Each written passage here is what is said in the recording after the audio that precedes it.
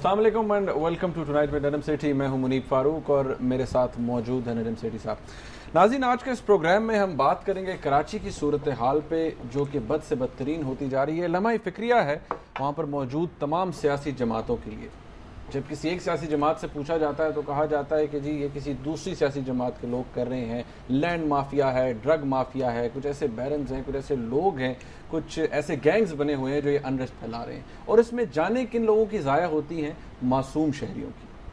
आज से तकरीबन 4 माह कबल सिंध के जो वज़ीर दाखिला हैं जनाब डॉक्टर जुल्फ़िकार मिर्ज़ा साहब, उन्होंने सिंध असेंबली के अंदर खड़े होकर कहा था और ललकार के कहा था कि मुझे कोई नहीं मारता और गरीब और मासूम लोगों को क्यों मारा जाता है। और यहाँ तक कहा कि अगर मुझे रिकन्सिलिएशन की पॉलिसी का ख्याल ना हो तो मैं हर चौक पर इन बदमाशों को उल्टा लटका दूँ। उनका मतलब क्या था, किसकी तरफ वो रेफ़र कर रहे थे? आज भी जबकि प्रेसिडेंट ऑफ पाकिस्तान जनाब आसिफ अली जरदारी साहब जब कराची में मौजूद हैं, आज भी लाशें गिर रही हैं और गरीब आदमी मर रहा है। क्यों? ये एक बहुत बड़ा सवाल है। दूसरी तरफ जब नवाज शरीफ साहब अपने सिंध के डेलीगेशन से मिलते हैं रायबंद में, तो उनको भी बहुत सी शिकायत हैं। वो ये कहते हैं कि सिंध के अंदर सिंध की आवाम का कोई पुरसाने हाल नहीं, करप्शन हो रही है, मेरिट की कोई इंतहा नहीं, बल्कि मेरिट का ख्याल ही नहीं रखा जाता और रिश्वत लेकर नौकरियां दी जाती हैं, तबादले किए जाते हैं। ये भी एक बहुत बड़ा सवाल है। बल्कि उन्होंने तो यहाँ तक कह दिया कि मौजूदा हुकूमत ने परवेज़ मुशर्रफ के हवारियों को अपने साथ कुर्सी पर बिठा रखा है। आज के इस प्रोग्राम में हम ये तमाम सवाल उठाएंगे। सेठी साहब, सबसे पहले let's start with Nawaz Sharif साहब। नवाज शरीफ साहब के साथ आज मुलाकात हुई रायबंद में, सिंध की पार्टी डेलीगेशन आया। जो बातें उन्होंने कही, सबसे जो पहली बात उन्होंने की वो यही थी, और जो बुनियादी बात जो आज क्वेश्चन मार्क भी है, कि उन्होंने कहा जी कि मुशर्रफ के हवारियों को मौजूदा हुकूमत ने साथ कुर्सी पर बिठा रखा है। तो एक क्लियर रेफरेंस जाता है MQM की जान। हाँ मुनीब, आप सही कह रहे हैं। पीपल्स पार्टी की अलायंस तो है MQM के साथ, मगर आपने देखा कितना ट्रबल्ड अलायंस है पहले दिन से। इसमें दिलचस्प बात यह है कि MQM के अलायंसेस जिसके साथ भी रहे हैं हिस्ट्री में, वो ट्रबल्ड अलायंसेस ही रहे हैं। मैं आपको याद दिला दूं कि 1989 में MQM ने बेनज़ीर के साथ अलायंस बनाया हुआ था और फिर वो तोड़ के वोट ऑफ नो कॉन्फिडेंस उनके ख़िलाफ़ किया, मियां नवाज शरीफ साहब के साथ का हाथ लिया और बेनज़ीर भुट्टो साहिबा की गवर्नमेंट को ओवरथ्रो किया। फिर मियां साहब आए तो उनके साथ अलायंस बनाया और फिर आपको याद होगा मियां साहब के साथ अलायंस बनाने के बाद वो अलायंस भी टूट गया। मियां साहब ने फ़ौज भेज दी कराची में, फिर वो अलायंस टूटा। बेनज़ीर भुट्टो साहिबा आई, उन्होंने अलायंस बनाया, फिर वो अलायंस टूट गया और फिर बेनज़ीर भुट्टो साहिबा ने रेंजर्स भेज दिए कराची। मुशर्रफ साहब जब आए, नवाज शरीफ साहब दूसरी दफ़ा जब आए तो अलायंस नहीं था। और मुझे याद है एक सहाफ़ी थे, बड़े फेमस सहाफ़ी, उन्होंने मुझे कहा था कि मियां साहब अब MQM के साथ कभी भी अलायंस नहीं बनाएंगे, क्योंकि वो 2 दफ़ा उनको काट चुके हैं, MQM ने उनको काटा। तो MQM is a very difficult party.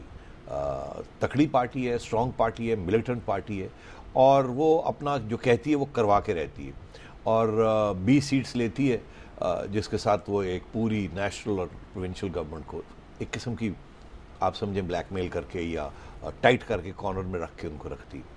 मियां साहब का अपना पर्सनल एक्सपीरियंस है, अब जरदारी साहब का भी एक्सपीरियंस हो रहा है। हालांकि जरदारी साहब को MQM की ज़रूरत नहीं है, सिंध में उनकी मेजॉरिटी है, वो खुद उनके बगैर हुकूमत चला सकते हैं। मगर जरदारी साहब को एहसास है कि अगर वो उनको साथ ना लिया तो शायद सिंध में इतनी केओस, सिविल स्ट्राइफ और अनार्की हो जाएगी MQM के बायस कि वो गवर्नमेंट ही नहीं चला सकेंगे। तो इसलिए MQM की बात को मानना भी पड़ता है। अब MQM के 3-4 डिमांड्स चल रहे हैं, और जरदारी साहब बात मानते भी हैं, नहीं भी मानते, और लड़ाई झगड़े भी चलते हैं और चल रहा है। तो मैं ये समझता हूँ कि ये एक हिस्टोरिकल चीज़ है जो चल रही है। गालिबन अभी हाल ही में एक नई डेवलपमेंट हुई है, जब से MQM ने पुल आउट किया है जरदारी साहब को सपोर्ट करने में NRO के ऊपर। वो बहुत पहले ही उनको धक्का लगा जरदारी साहब को। जरदारी साहब ने पूरी तैयारी की हुई थी NRO पार्लियामेंट में अंदर पास करने की, जब सुप्रीम कोर्ट ने उसको कहा था कि आप फैसला करें, आपने अगर पार्लियामेंट से करवा लेते हैं तो हमें एतराज़ नहीं। और रातों रात MQM ने पुल आउट कर लिया। अब मैं यकीन करने के लिए तैयार नहीं हूँ कि जी जरदारी साहब ने अपना होमवर्क नहीं किया था। पूछा होगा उधर से, हाँ कुछ इस किस्म की बात चली होगी, मगर जरदारी साहब को ग्रीन सिग्नल्स भी थे ANP की तरफ से भी, बलोचिस्तान की तरफ से भी, और MQM की तरफ से भी, मगर ऐसा ना हुआ। एकदम MQM ने हाथ खींच लिया, और जिसकी वजह से फिर जरदारी साहब जो है वो NRO नहीं पास कर सके पार्लियामेंट। उसके बाद आपने देखा वहाँ क्या सूरत हाल है। ये मिर्ज़ा साहब, जुल्फ़िकार मिर्ज़ा साहब धन हैं, उधर से दूसरी फ़ारूक सत्तार साहब या अल्ताफ़ भाई साहब धन आते हैं। तो ये एक अनईजी चीज़ चल रही है। साहब इसका क्या ताल्लुक है? ये तो जारी बात आपने कहा कि एमक्यूएम के कुछ पॉलिटिकल डिमांड्स हैं, और ये भी कहा जाता है, जब देखें ऑब्वियसली एमक्यूएम भी मासेस को रिप्रेजेंट करती है, मुतवस्सित तबके की जमात है। इसका क्या लिंक है, टारगेट किलिंग का क्या लिंक बनता है इन पॉलिटिकल डिमांड्स के साथ, अगर हम इसको इन ब्रॉडर पर्सपेक्टिव देखें? देखिए, कुछ तो ये है कि एमक्यूएम जो है वो कुछ इलाकों में अपना असर नज़र मतलब दिखाना चाहती है, वहाँ नई गढ़ बनाना चाहती है, वो एएनपी के इलाके। और दूसरी ये कि वहाँ के जो लैंड माफियाज हैं, they're all linked in some way the other with the political parties.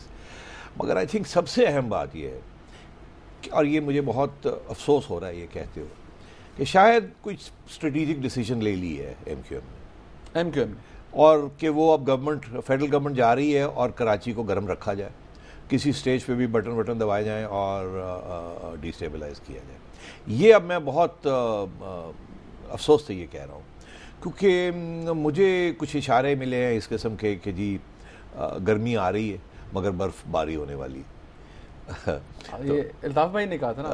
नहीं, ये कहा तो नहीं किसी ने इस तरीके के साथ, मगर आप समझ जाए जो मैं कह रहा हूँ। तो अगर बर्फबारी आ रही है जुलाई में, अगस्त में तो उसका मतलब क्या हो सकता है? और इसी चीज़ को मैं डेवलप करना चाहूँगा, अगर आप मुझे मौका दें, कि आप अगर सोचिए कि अगर एमक्यूएम की तरफ से बर्फबारी हो जाती इस्लामाबाद में या कराची में, जिसकी वजह से जिसकी जो इम्पैक्ट जो है वो इस्लामाबाद पे पड़ता है, तो जरदारी साहब की हुकूमत को क्या होगा? ये कोलिशन गवर्नमेंट है, पीपल्स पार्टी के पास मेजॉरिटी नहीं है, सिर्फ 126 सीटें हैं। उनको 50-60 सीटों की जरूरत है, जिसमें एमक्यूएम, एएनपी, जेयूआई ये सब मिलके उन्होंने उनको अक्सरियत दी हुई।